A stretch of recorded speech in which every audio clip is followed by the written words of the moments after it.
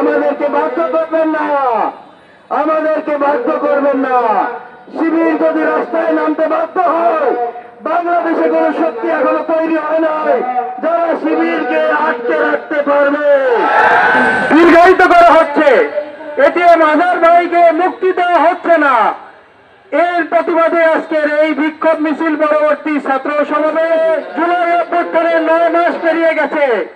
আজকে সমাবেশ হওয়ার কথা ছিল আমাদের ইনসাফের ভিত্তিতে, সাম্যের ভিত্তিতে যে জুলাই গণ অভ্যুত্থান হয়েছে, সেই জুলাই গণ অভ্যুত্থানের জন্য আনন্দ মিছিল করার কথা ছিল। কিন্তু আজকে দুঃখের বিষয়, আজকে আমাদের ঢাকা বিশ্ববিদ্যালয়ের প্রথম প্রতিষ্ঠাতাকালীন সভাপতি এটিএম আজহার ভাইকে মুক্ত করার জন্য আজকে আমাদের রাস্তায় নেমে আসতে হয়েছে। এটা তো হওয়ার কথা ছিল না। জুলাই অভ্যুত্থানের মূল কথা তো এটা ছিল না। সকল অন্যায়কে কবর দেওয়ার জন্যই জুলাই অভ্যুত্থান করা হয়েছিল। কিন্তু দুঃখের বিষয়, এখনো আমাদের অনেক নেতৃবৃন্দ, নগর জেলার সাবেক সভাপতি, তার পিতা এখনো কারাগারে মিথ্যা মামলায় এখনো নিয়মিত হাজিরা দিতে হচ্ছে। তারা এখনো কারাগারের অন্ধকার কারাগারে এখনো আটক আছেন। প্রিয় উপস্থিতি, আমরা এখানে দেখতে পাচ্ছি দুঃখের বিষয়, পরিতাপের বিষয়। এখনো জুলাই অভ্যুত্থানকে, জুলাই বিপ্লবকে স্বীকৃতি দিতে অনেকের কষ্ট হয়। তারা তাদের বক্তব্যে জুলাই বিপ্লবকে আনতে চান না, তারা সমাবেশে জুলাই বিপ্লবের কথা বলতে চান না।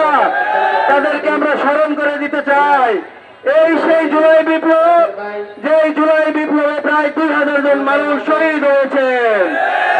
এই সেই জুলাই বিপ্লব, যে জুলাই বিপ্লবে 685 জনেরও বেশি মানুষ দৃষ্টিশক্তি হারিয়েছে। এই সেই জুলাই বিপ্লব, যে জুলাই বিপ্লবে 100 জনেরও বেশি মানুষ দুটি চোখই তারা হারিয়ে ফেলেছে। প্রিয় উপস্থিতি, তারা কিন্তু 2 চোখ হারানোর পরে মন খারাপ করে বসে নেই।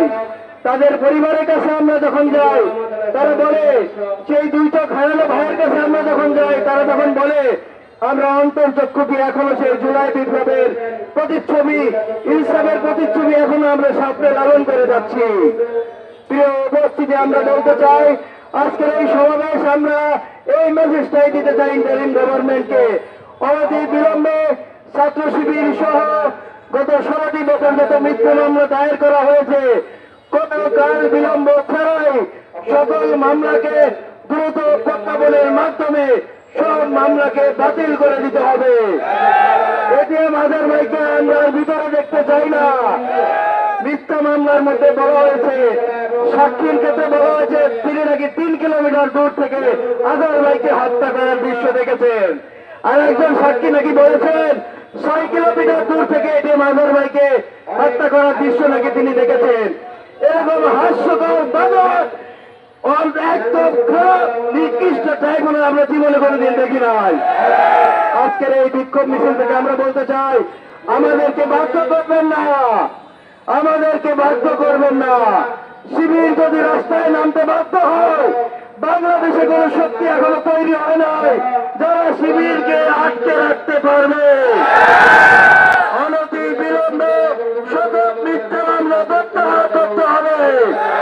অনতি বিলম্বে এটিএম আজহার ভাইকে মুক্ত বাতাসে এনে দিতে হবে।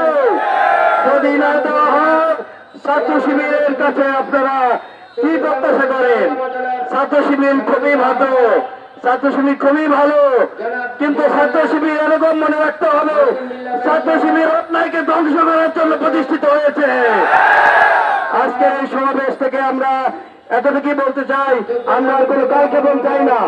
আমাদের এই দাবিগুলো খুবই ঠুনকো দাবি, খুবই যৌক্তিক দাবি।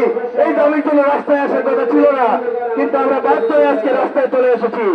অনতি বিলম্বে আমাদের সকল দাবি দাওয়াগুলো মেনে নিতে হবে এবং আমরা এটিএম আজহার ভাইকে বাইরে নিয়ে এসে আমরা একটি শুভেচ্ছা মিছিল করবো ইনশাআল্লাহ।